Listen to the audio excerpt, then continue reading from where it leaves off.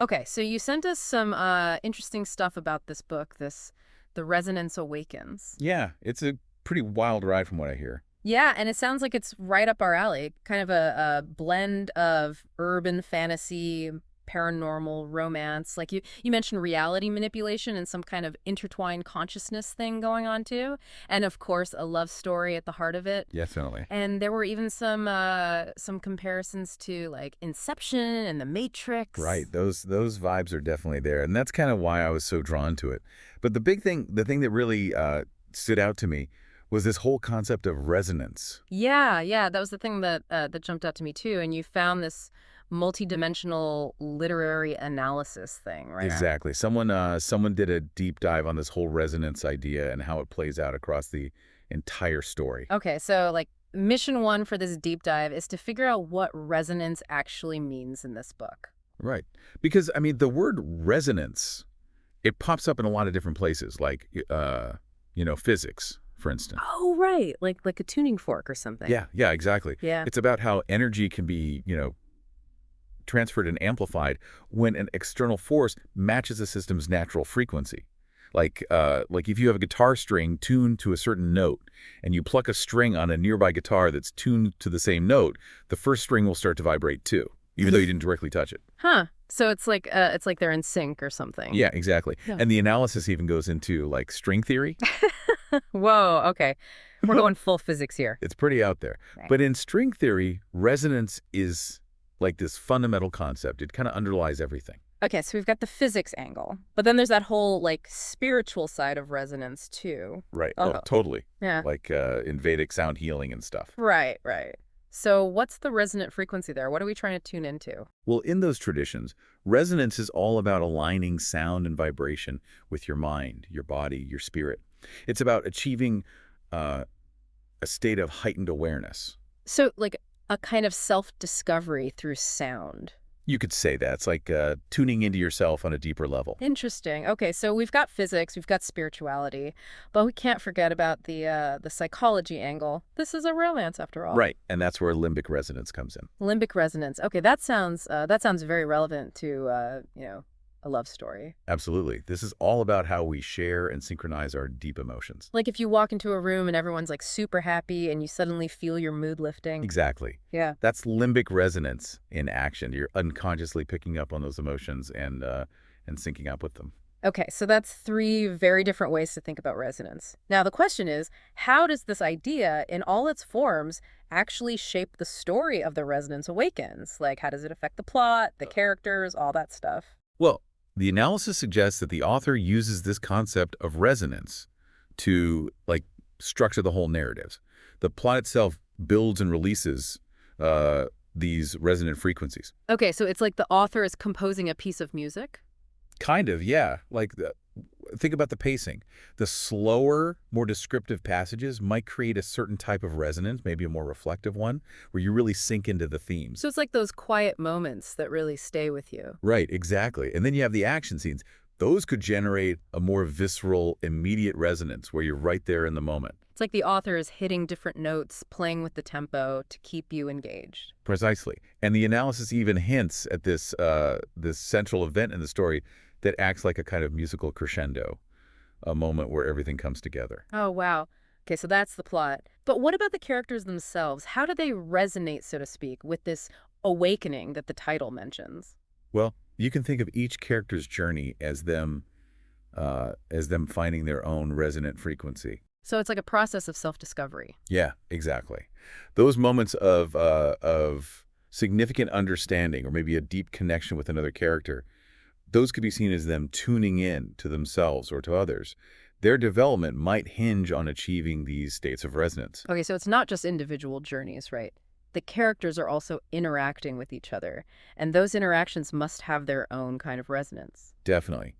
The analysis suggests looking at relationships as interactions between different frequencies of thought and emotion. So, like, some characters are on the same wavelength and others are clashing. Exactly. When characters are on the same wavelength, their connection deepens. They resonate with each other. But when their frequencies clash, you get conflict, dissonance. And that dissonance can be just as important to the story, right? Absolutely. It creates tension, drama, challenges for the characters to overcome. Now, we've talked about the plot, the characters, their relationships. What about when we reach the climax of the story, that big moment where everything comes to a head? How does resonance play into that? Well, the climax could be seen as the point where all these resonant frequencies, all these different threads, reach their peak intensity.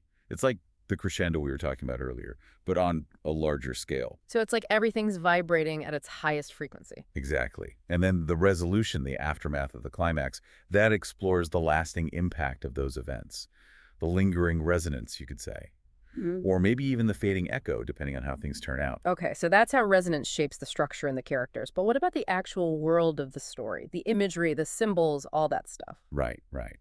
Well, the analysis also talks about how the author uses recurrent symbols and images to create a deeper resonance within the story. So like visual motifs. Exactly.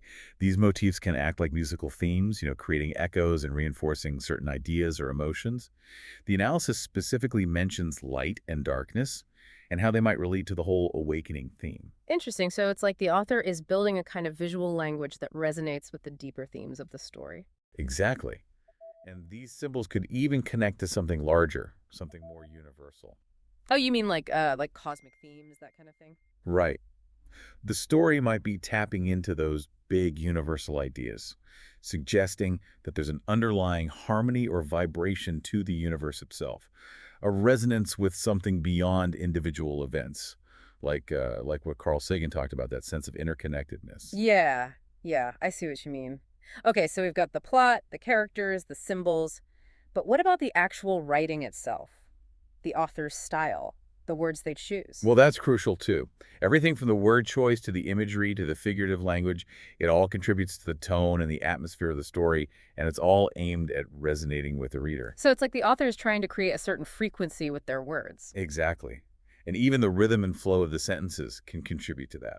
Whether it's smooth and harmonious or jarring and dissonant, it all creates a certain effect on you, the reader. It establishes a kind of resonant frequency for the whole reading experience. Okay, so that's a lot to think about already. But then we've got this whole paranormal romance element, right? And the analysis mentions psychic resonance. So what's that all about? Right? Well, if the characters have abilities like telepathy or empathy, that's a direct form of psychic resonance. It's like a mental and emotional connection between individuals. So they can literally feel what the other person is feeling. Exactly. And the analysis probably explores how these abilities work, what their limits are, and how they affect the relationships between the characters. That's pretty intense. But even without those kinds of explicit powers, there's still that feeling of emotion spreading, right? Like one character's sadness can affect the mood of everyone around them. Absolutely. That's the limbic resonance we were talking about earlier. It plays a big role in shaping the emotional landscape of scenes and contributing to the overall feeling of resonance within the story. It's like this invisible web connecting the characters' emotions. And what about when characters just don't click? When there's like a lack of resonance between them? Well, those moments are important too. Those moments where characters are emotionally or mentally out of sync, where their frequencies clash, those are often the moments that drive conflict and highlight the challenges of forming genuine connections. It's the dissonance that makes the harmony all the more powerful. Okay, so we're really seeing how this idea of resonance can play out on so many different levels, from the plot to the characters to the very atmosphere of the story. Right. And we haven't even talked about the fractal key and the quantum song. Oh yeah, those were the things that really like grabbed my attention. Like what even is a fractal key? Right. It's pretty cryptic. But remember how we were talking about fractals earlier? The things with the repeating patterns. Yeah, exactly. They have those self-similar patterns at different scales. So maybe the fractal key symbolizes some kind of mechanism that governs resonance across multiple levels within the story. Like, there's the resonance between individuals, but then there's also resonance between groups, and maybe even resonance on a cosmic scale. And the fractal key connects all of that. Perhaps. And there's that snippet you shared, the one about fractal energy systems, that kind of hinted at this layered distribution of energy and resonance. Okay, so that's the fractal key, but what about the quantum song? What's that all about?